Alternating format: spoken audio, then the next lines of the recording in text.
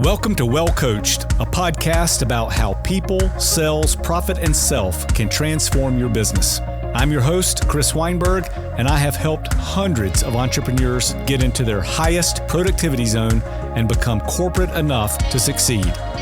Let's get into today's episode.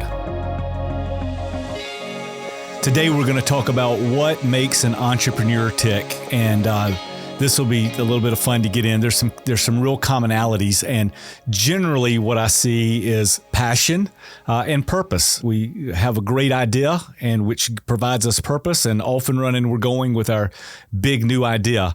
And generally, that passion is what drives entrepreneurs to pursue their ventures. The thought that they have an idea or can better an idea that's already out there and do it as good or better than anyone out there becomes the motivating factor. And having a real clear sense of purpose in what am I doing will help drive and sustain you through the tough times. Kind of like the North Star. I kind of think of the purpose as the North Star around the business, and how do we keep coming back to that? Part of that entrepreneurial mindset of knowing, here's what I want to do. Even if you don't know exactly as you get started, here's how to do it. Knowing how to focus on the thing will help you figure out how to get in a straight line toward the thing, even if you bounce around some in the beginning. So under the entrepreneurial mindset, passion and purpose first, then the vision and ambition, having a strong sense of your vision for the future. Like, at the end of this road for me, I want to be here. Now, some folks get really heavy into this 5-year planning, 10-year planning, 20-year planning kind of deal. My personal thought is that those are fine, but I think the world moves too fast now to be planning too far out with small entrepreneur and even medium-sized entrepreneur type businesses. I tend to kind of set visions in the 1 year, 3 year kind of range, maybe with an eye toward the future, but it's okay to test things and adjust along the way quickly. The other entrepreneurial mindset that's so important is resilience and perseverance. Entrepreneurism is not for the faint of heart, and the highs are higher and the lows are lower. So the roller coaster life of being your own boss is quite a journey. But the way I would encourage people is, back in the day, folks used to work at the same company all of their life. And I think you can see this all by generation by looking up. I think my generation changes jobs maybe 7-8 times during lifetime. And now even younger generations, that might be 7 or 8 times in a couple of year period. So sometimes those are driven by the company. Sometimes they're driven by said employee. And so when I try to encourage people, are you ready to take the leap into entrepreneurialism? I'm always a fan of betting on yourself. Right. And so when you bet on yourself, you are still going to have tough days, but at least you have some semblance of control of what created the bad day and how you get your way out of it. That company loyalty is great, but companies shift at such a dynamic speed now that taking a bet on yourself is probably far less risky than it used to be 20, 30 years ago. So, if you've got the ambition for it and you've got an idea, let's figure out a way to go get you out there doing it. The resilience part and the perspective part is you're going to have to learn how to bounce back from failure, because you're going to fail, and that's okay, right? You folks get better by sharpening their iron in battle, by failing and having the ability to get back up again. And so many folks don't have the ability to get back up again or to pivot. And that's problematic if you are an entrepreneur, right? Being able to redefine yourself, being able to make adjustments along the way, being able to fine tune and accept truth for what it is. Not everything works. And at the same time, disassociating yourself from any of it being personal, because it's not, right? Anytime you're inside the 4 walls of business, it is just business. That is so much easier said than practiced as an entrepreneur, because we feel everything's personal. They didn't like my speech. They didn't like my product. Nobody bought my thing.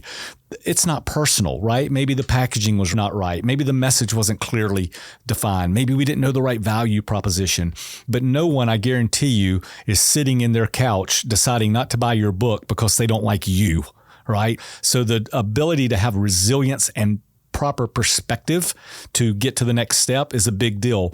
Also realizing that people do not fall on top of mountains, right? I live in Nashville where there are a bunch of musicians here, and I call it the 10-year town, right? So all of a sudden you're successful after grinding for many years, but the typical audience doesn't know that. They just see the star up on the stage. It's the very same in other businesses. People do not fall on top of mountains. It is a climb. It is 2 steps up, 1 step back, nonstop of grit building, perseverance, and keeping focused on that North Star that we mentioned a little bit earlier.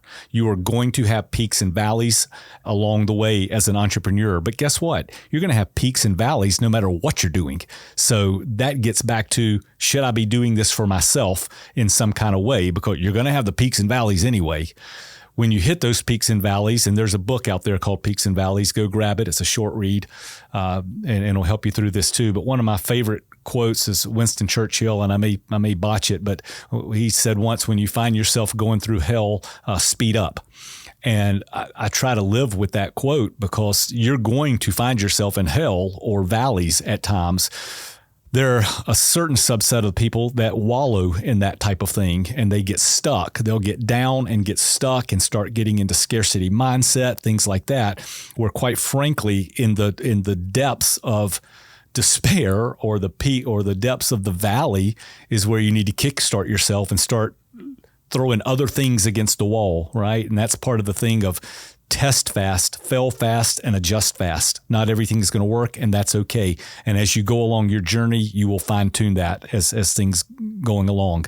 The thing is, entrepreneurs take risk as long as they are calculated risk, knowing that not everything's going to work. You don't need everything to work. You just need 1 or 2 things to work.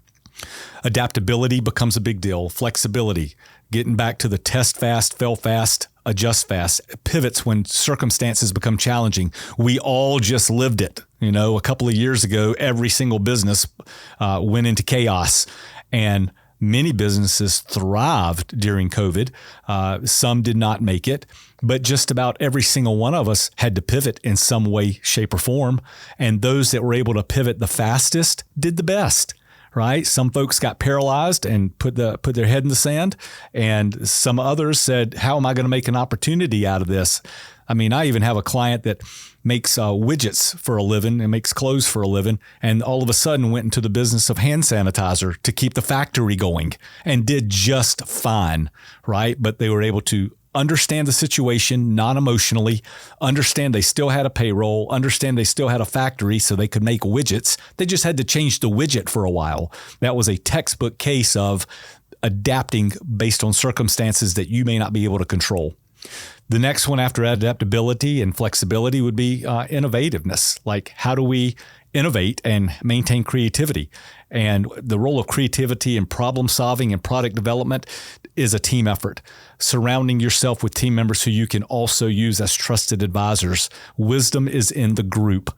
Trying to be an independent solo thinker as an entrepreneur becomes dangerous. You may always be the leader. You may always be the one driving the agenda toward your purpose or your North Star, but having other folks around you who can contribute to the brain power and to the next idea are invaluable. Something that entrepreneurs have a whole lot of is motivation. And you don't have to be an entrepreneur to be highly motivated, but all entrepreneurs share that they are highly motivated, and motivation comes in a couple of forms. One is intrinsic, and the intrinsic motivation is that's personal, right? What's going to make me happy and fulfilled to get up every single day? And that's lovely to work on intrinsic motivation, because you'll hear folks, a lot of entrepreneurs say, it's not work to me. I love it. Frankly, I feel that way. And that's cool. So they have found their purpose. Their purpose happens to pay them so they can be intrinsically motivated to go do their thing. The other part of motivation is extrinsic motivation, which ties directly to financial gain, right? Those two things can work in harmony, but they don't have to work in harmony, right? You may be lucky enough to just chase an intrinsic motivation project that's not going to earn you anything, but that might be okay. On the other hand, you may be motivated to get money in the coffers. And so you're motivated from an extrinsic value to go sell your widget, although it may not be driving you every single day toward happiness outside of work other than the bank account. Both are fine. And both of those things may be seasonal as well, right? Everything has a season to it. What I find over time, the obvious, if you can find something to do that does satisfy you to get up in the morning with intrinsic motivation that happens to also be practical and provide extrinsic financial gain, that's the sweet spot. Along your journey, you may have to test, fail to get those two things in balance, and they will always need tweaking. The next thing that great entrepreneurs share, the entrepreneurial mindset, is the importance of goal setting. And everyone's heard that throughout their life. And I will tell you, it's easy to say and difficult to do it the right way. Goal setting is such an important part of the journey.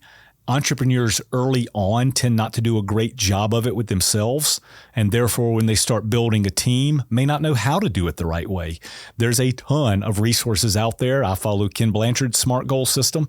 There are others out there, but being able to clearly define where you're trying to go and being able to share that message with folks around you, it becomes the scorecard.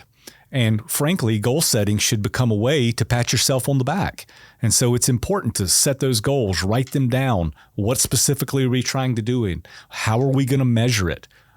Or what we're trying to do, is it achievable? And is it even relevant? I was sitting in one goal setting meeting not too long ago with an executive team, and this in the music business. And so, they want to write hit records and be good publishers and all that good stuff. Well, one of the team members, one of their goals became plant a tomato garden in the backyard. Now, that's cool. That's fun, but that should not be a goal. It's not relevant to the business, right? If the business is trying to achieve X amount of growth in X amount of time with X amount of profit, then all of the goals need to line up around that. And while growing a tomato farm in the backyard might be fun and cool and provide some good nutrition, it probably shouldn't be a goal of the company. So always making sure that your goals are achievable, and are they even relevant to what we're doing? And then motivating, or is what we're doing motivating? And by the way, goals are not always motivating, right? Sometimes we have to do things that aren't our highest motivation to get through the day. And when we run into goals that aren't highly motivating, that just means that the leader needs to spend even more time explaining the why. Here's why we're doing it. Here's how we're doing it. Here's how this is going to get us over the finish line in what we're trying to accomplish. So setting SMART goals, easy to say, everybody says it, but it is real work to do that and then to pay attention to them nonstop. Another one for the entrepreneurial mindset is continuous learning and continuous improvement. And I've said this before, whatever you do as an entrepreneur, let's just all high five each other and say, you're going to be successful. You're going to get liftoff and you're going to get above the clouds and things are going to go good. As soon as that happens, you're going to get noticed and people are going to start coming after you. I always tell people, you find out who your real friends are as soon as you become successful. Because there'll be a certain amount of people that pull for you, and there'll be a certain amount of people that are trying to knock you down. Your competitors are going to try to knock you down. So how do you stay ahead of that? Continuous learning, continuous improvement. What's next? It doesn't mean that you need to change your core mission or your core purpose or your core values, but how can you do it better? And at the pace and of the way the world is moving today, continuous improvement and self-improvement has to be at warp speed. I think it's more important today than it ever has been. And then the next part of that is balancing passion with how practical is what I'm doing, right? Sometimes we have a ton of passion for what we're up to, but it may not make us any money. Or we may have a ton of passion for something that we're not good at. For me, that's golf. I love to play golf. I am terrible at it. So I know that I'm not ever going to be a PGA golfer. So I'm not going to start a PGA golf business, okay? The practical side of me knows that I have a certain skill set of how to open, scale, and run a business. Now, I happen to be driven by that with purpose as well, but it's okay that sometimes the passion and practicality are aligned. Sometimes they are not aligned. And what I would advise you to do, particularly young in your career, if you've got a skill set that you're good at, go do it. Because as you continue to hone that craft and get better and become a student of the game and rise to the top, your passion for it will grow. But at the same time, you will be funding a lifestyle that will allow you to go do what is passionate for you. So don't think there's a lot of noise out there, particularly on social media, that goes, follow your passion. Well, a lot of people are saying that may not have two nickels to rub together, right? So while following passion is really neat, so is making money. And sometimes you may be really good at something and even better than other people are at that can provide a lifestyle for you, although it may not be your driving passion. So don't be afraid to just do what you're good at and continue to hone that skill. Use the passions for the balance side of your life. As an entrepreneur, the next big thing, entrepreneurial mindset, is time management and time discipline. Exceedingly difficult because in the beginning, you are a one-person band and trying to satisfy anyone and everyone nonstop 24/7. As you start growing, your time becomes more and more stretched. So having someone around you, whether that's a good advisor, a good coach that helps you calendar management, how long are meetings supposed to be? Who do I even have meetings with? How are they most productive? The time hacks are abound out there, and there's lots of good software. For us, that's Basecamp, right? But there are many out there. You got to find which one suits your personality the best, but then not be afraid to use it. And then this work-life integration thing becomes a big deal. As an entrepreneur, it can't just all be about work. Sometimes it might be all about work, and those are moments in time, right? You want to make those moments in time because you've got to have some balance to your life. How do you do that? You got to have a personal life and a professional life that still allows for you to have a lot of creative space, at the same time, a lot of productive space. And as the journey goes from an entrepreneurial mindset, what I want you to be thinking about is these things.